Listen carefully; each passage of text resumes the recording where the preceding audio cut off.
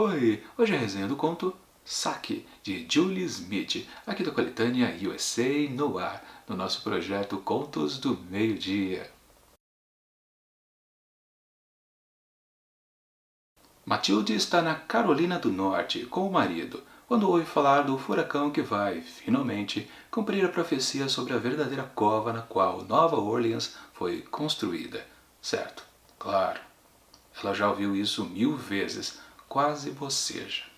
Assim começa Saki, de Julie Smith, que conta a história de Matilde e também de outras pessoas, como por exemplo Cherice. Ambas se conhecem há cerca de 22 anos, só que no caso, uma é a patroa, a outra é a empregada. E mais especificamente, a gente precisa dizer isso, né? Uma é branca, a Matilde, e a outra é negra, a Cherice. E lembrando que estamos numa história que se passa em Nova Orleans, vindo um furacão, e claro, a gente já pode determinar que tudo vai ser arrasado ali, uma grande enchente, e que vai prejudicar uma das duas. Qual você acha que vai ser prejudicada? Claro, né? A gente já sabe essa história porque é até um fato real. Mas essa confusão aqui, essas narrativas, vão melhorar ou piorar, digamos assim, quando surgirem os outros personagens, que vai aí pelo campo de policiais, repórteres, televisão, enfim. Mas eu não vou dizer o que acontece de tudo isso, porque senão estraga a experiência de quem ainda pretende ler este conto. Minha avaliação do texto. Assim que a gente começa a leitura, a gente já percebe que parece tudo uma conversa de comadre. Principalmente por causa dessas duas personagens que se conhecem há muito tempo, né? A Matilde e a Charice. Claro, mesmo que seja uma relação de patroa e empregada, tem aquela camaradagem, aquela intimidade, principalmente, né, entre mulheres. No fundo, elas são amigas mesmo. Só que também esse texto tem um bom pontinho positivo quando justamente a Cherice ela começa a ser muito sincera do que ela pensa a respeito da sua patroa e amiga Matilde. Ela sempre fala e fala muitas vezes durante o texto, embora nem seja ela que narre o texto, é um narrador à parte, que a Matilde tem um certo truque para convencer a Cherice a fazer algumas coisas para ela. Como por exemplo nessa situação aqui inicial da história. A Matilde está em outro lugar, na Carolina do Norte, enquanto a casa dela e a empregada também, a Cherice, estão em Nova Orleans. Como o furacão está vindo, ela propõe para a Cherice que ela vá, junto com o marido, lá para a sua casa. Aí você pensa, poxa, coisa legal, né? A patroa deixar que a empregada vá junto com o seu marido lá para casa. É uma caridade? Não, mas aí a Charice revela pra gente, na verdade ela faz isso para que ela, a empregada, possa cuidar da casa, mesmo em situação assim perigosa do furacão. Só que, como dessa vez, essa passagem de furacão com certeza vai ser um bem forte e realmente vai acontecer alguma coisa mais grave, a Matilde até libera que Charice e seu marido levem o cachorro lá para casa. E aí a Charice fica desconfiada. Poxa, eu acho que a coisa é grave mesmo. Se ela está até deixando levar o cachorro que ela nem suporta saber do nome dele, realmente tudo corre perigo. Ou seja, quase até a metade do texto a gente fica nessa, entre um texto que só fica relatando o que está acontecendo da Charice e mais o seu marido indo para a casa da outra, curtindo um pouquinho, né? Aquela coisa de pobre curtindo a mansão do rico, né?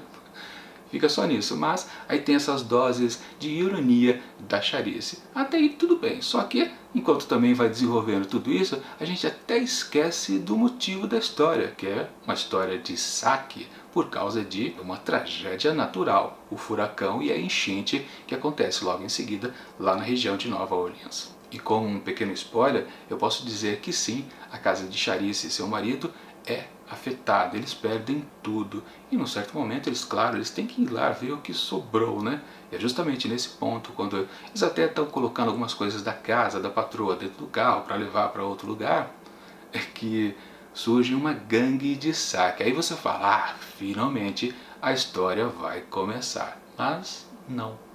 O saque não tem a ver com essas turminhas, essas gangues que ficam invadindo as casas nessas tragédias. Isso porque a história da Charice ali para. E começamos a ver outros dois personagens, dois policiais. Jack Stevens, um sargento e um policial chamado Delarue. E mesmo para eles a coisa está complicada, porque tudo foge ao controle na hora que acontece um negócio desse. Um furacão devasta uma cidade, a ordem, a lei vai pro beleléu, né? Então eles, mesmo sendo policiais, eles não conseguem controlar as coisas. Delarue está revoltado por causa de contra-ordens que ele fica recebendo.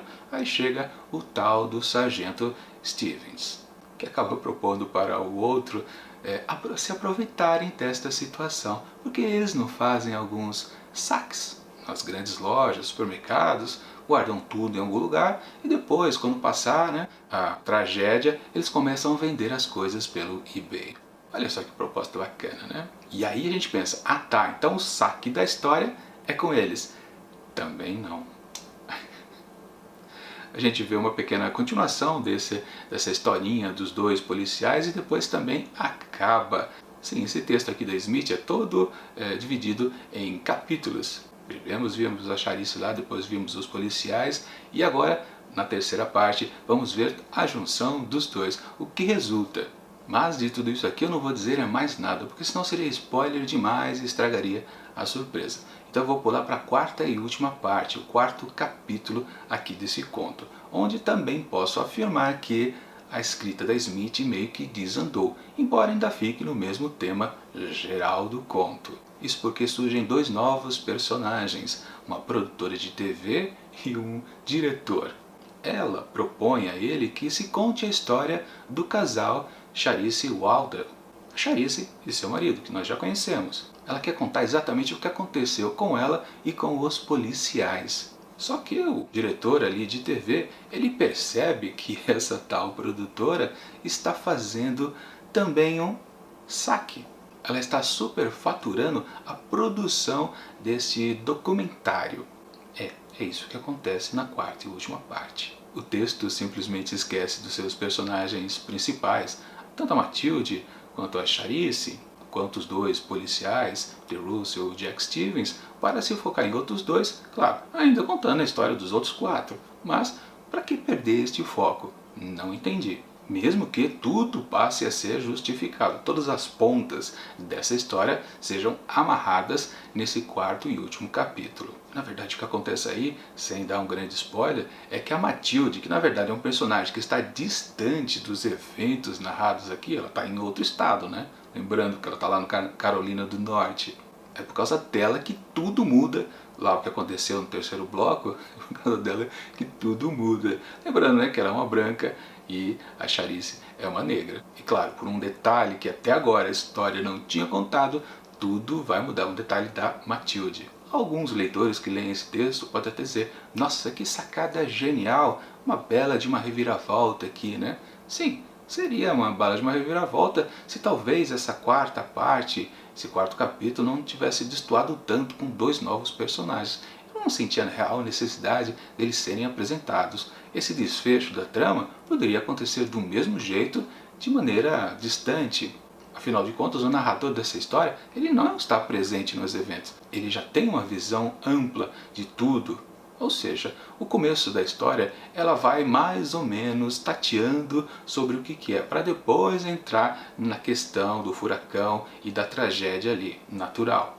Depois surgem os policiais, em seguida o confronto das duas partes e depois uma conclusão com outros protagonistas. Ou seja, é uma salada. Esse conto aqui torna-se muito episódico e não tem uma coisa central, uma base muito forte, além da própria questão do saque, né, que fica transitando entre vários personagens. Mas o que a escritora quer dizer no fundo? Que o maior saque mesmo é a tal da corrupção ali daquela produtora de TV? Acabando deixando de lado todas as outras coisas que ela mostrou antes, que seriam até mais interessantes, mais a coisa da violência. Lembrando, né, que estamos num livro onde a violência é valorizada. Quando apareceu aquela gangue lá para cima da Charice e seu marido, em plena rua, parecia que ali ia explodir a parte violência da história. Mas não foi isso que aconteceu, né? E nem quando vieram os policiais, que você pode pensar, não, aí sim, afinal de contas, estão com poder, com as armas de fogo na mão. Também não. Aí depois, no fundo, a grande violência, o grande saque é uma mera corrupção, aquela coisa de colarinho branco, destoa também aqui do espírito do livro. Enfim, para Saque, de Julie Smith, eu atribuo apenas 3 asteriscos. Bom, é isso. Semana que vem, na terça-feira, outra resenha aqui de USA no ar com uma história sombria, talvez melhor do que esta. Mas amanhã já tem resenha de No Seu Pescoço de Chimamanda Ngozi Adichie. Claro, tudo isso aqui no nosso projeto Contos do Meio-Dia. Enquanto esses 2 vídeos não chegam, confira aqui do lado dicas de outras resenhas também aqui do projeto. E até mais!